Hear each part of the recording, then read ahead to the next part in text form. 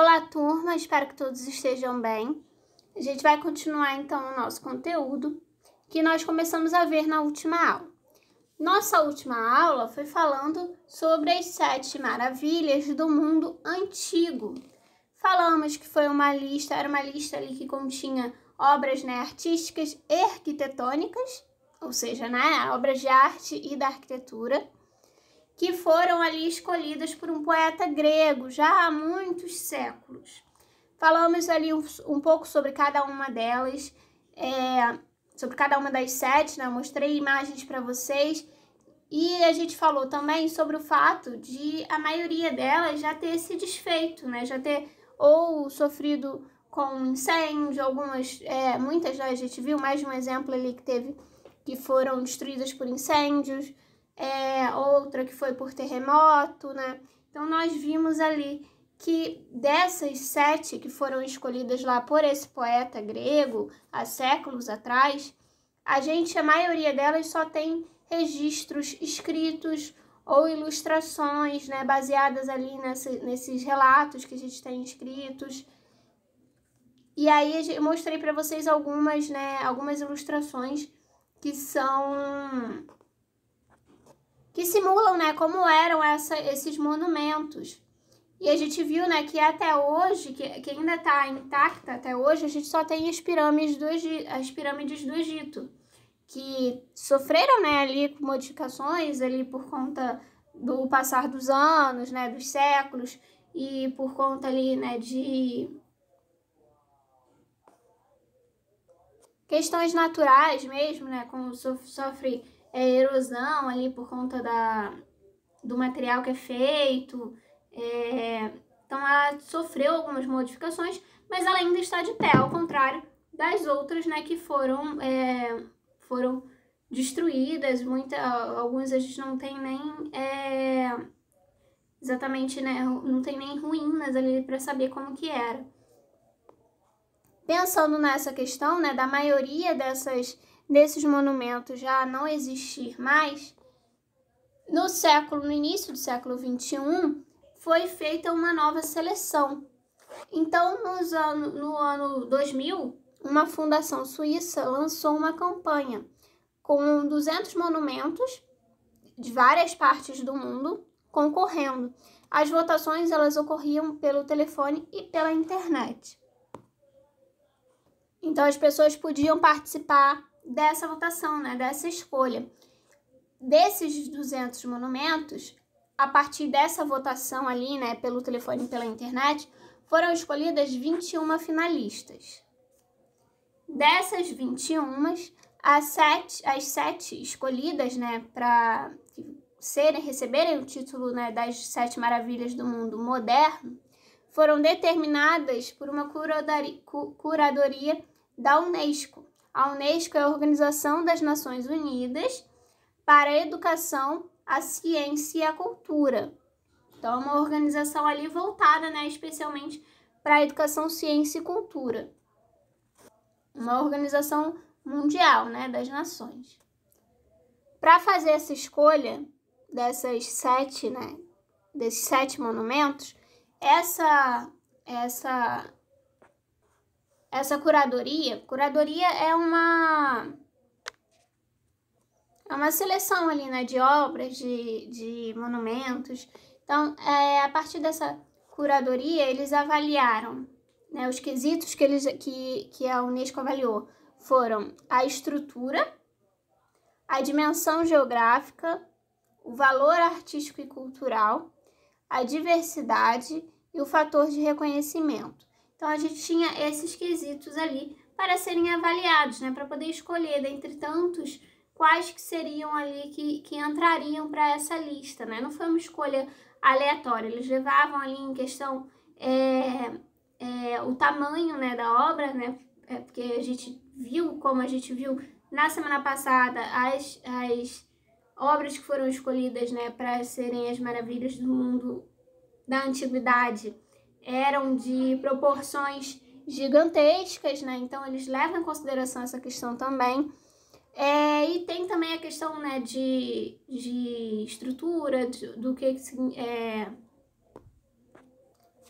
de estar, né, ainda completa, né, de ser algo que ainda exista, né, porque a ideia de criar essa lista nova é de ter monumentos que as pessoas possam visitar, já que a maioria da antiga lista, né, já não existe mais. Então, tinha essa questão também, tem a questão do valor artístico e cultural, então, eles avaliavam ali, né, dentro da cultura da região onde daquele monumento está e da cultura mundial, né, analisavam ali a relevância, né, a importância desse monumento para a arte e para a cultura mundial.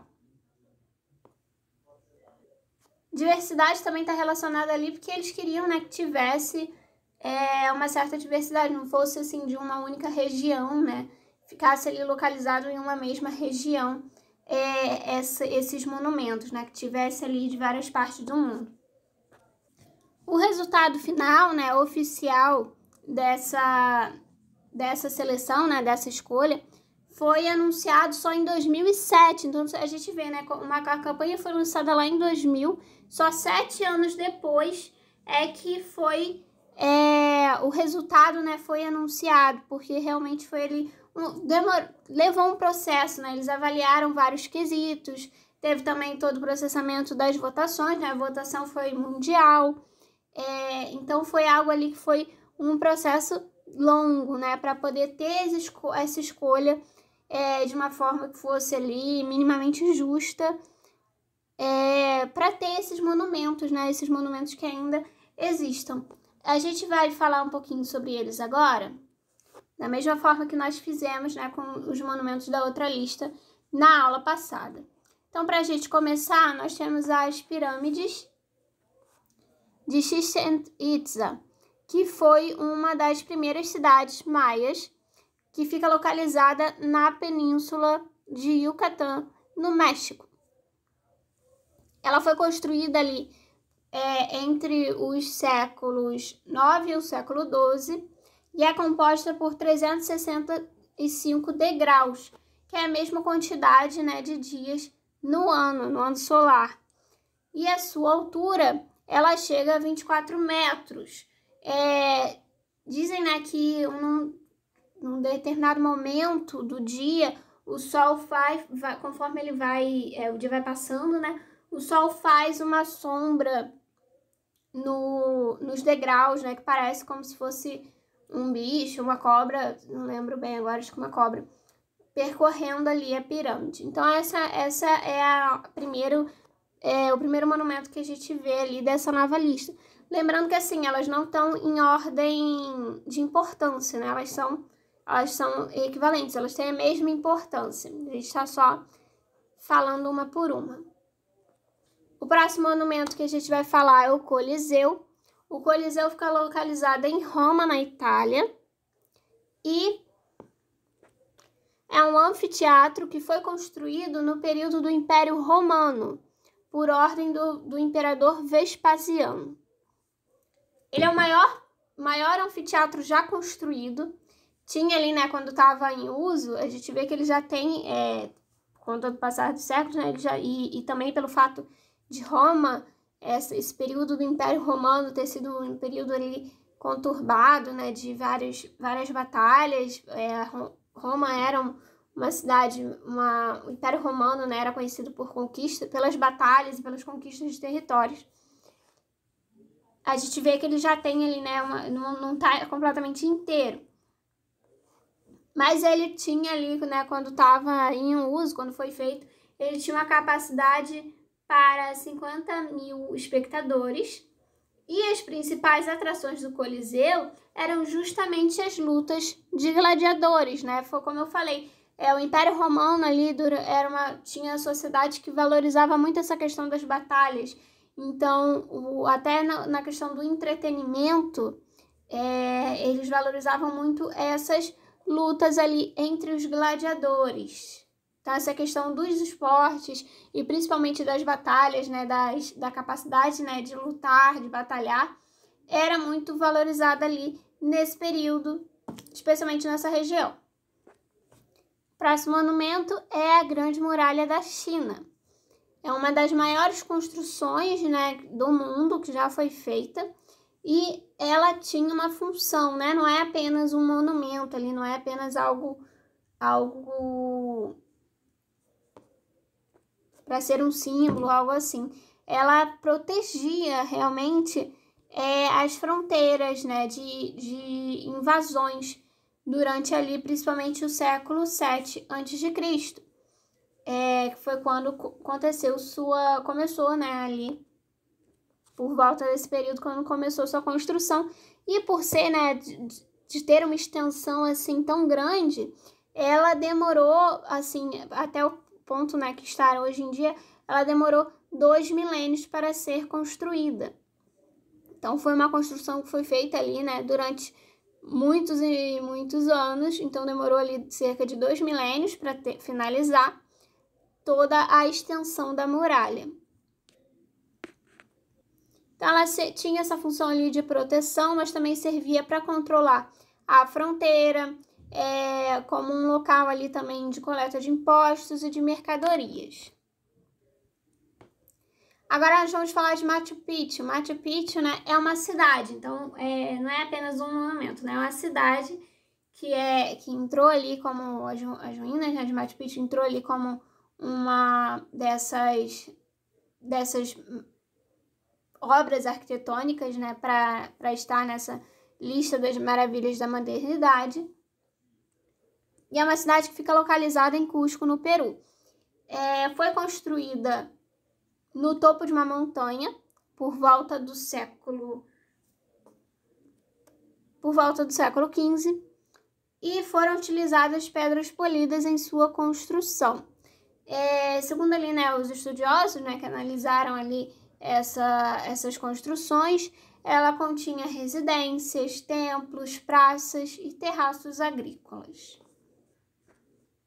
Outra cidade que também entrou para essa lista é a cidade de Petra, que fica na Jordânia, que é uma cidade histórica do sul da Jordânia, que costumava ser um centro comercial, com engenhos e um sistema de água muito desenvolvido também, né? Por isso que está destacado ali. E também tinha jardins, né, exuberantes. Ela também chamava atenção por conta da cor das pedras que eram usadas ali nas construções. E também era chamada de Cidade das Rosas. Outro monumento que entrou para a lista foi o Taj Mahal. O Taj Mahal ele é um mausoléu, ou seja, um túmulo. Ele foi construído a mando de um imperador para homenagear a sua esposa que havia falecido, que se chamava Mumtaz Mahal. Não tenho certeza se estou pronunciando exatamente da forma correta, mas Taj Mahal, né, vem do nome da esposa desse imperador. O monumento ele levou cerca ali, de 22 anos para ser finalizado, e além da construção, né, de mármore, que é essa parte aqui, onde fica o túmulo da esposa do imperador, toda a estrutura ali, né, ela contém também o complexo, né, ele inclui um jardim, né, imenso. Toda essa parte da frente, essa parte daqui, tudo isso faz parte do Taj Mahal, né, que é esse monumento, que na verdade é um túmulo, para homenagear ali a esposa do imperador. Foi até inspiração para música brasileira, né? Tem uma música que se chama Taj Mahal, que fala, em alguns versos, fala um pouquinho essa história desse imperador e da esposa. E para finalizar, né, a última das 7 maravilhas é o Cristo Redentor. O Cristo Redentor, ele é a maior escultura, né, que foi feita ali no estilo chamado de Art Deco, que é um movimento, né, ali um movimento da arte, que é por volta ali dos anos 20. E ela é a maior escultura, né, o Cristo Redentor é a maior escultura que está dentro desse estilo, né, que tem umas linhas mais retas, como a gente pode ver que a roupa do Cristo Redentor, né, ela não é esvoaçante, né? Ela tem essas linhas mais retas, mais duras. É um aspecto, né, que é característica da Art Deco. E ela possui 30 metros de altura, com mais uma base de 8 metros. Então, a escultura, né, possui 30 metros, mas ainda tem uma base ali por volta ali de 8 metros. E de uma ponta a outra dos braços, né, estendidos aqui de uma ponta a outra, ele chega ali mais ou menos a 28 metros. Então, é uma das esculturas ali, né, também de proporções gigantescas, da mesma forma como a gente viu nos outros e como a gente viu as esculturas, né, que nós falamos na semana passada, que fazem parte da lista antiga. Ela começou a ser construída em 1926, mas só foi finalizada 5 anos mais tarde.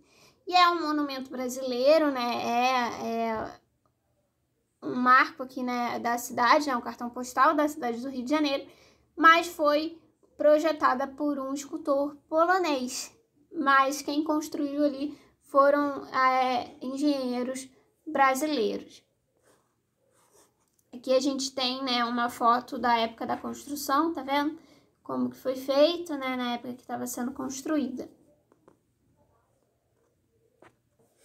Eu vou encerrar por aqui. Na semana que vem, então, nós damos continuidade aos nossos estudos.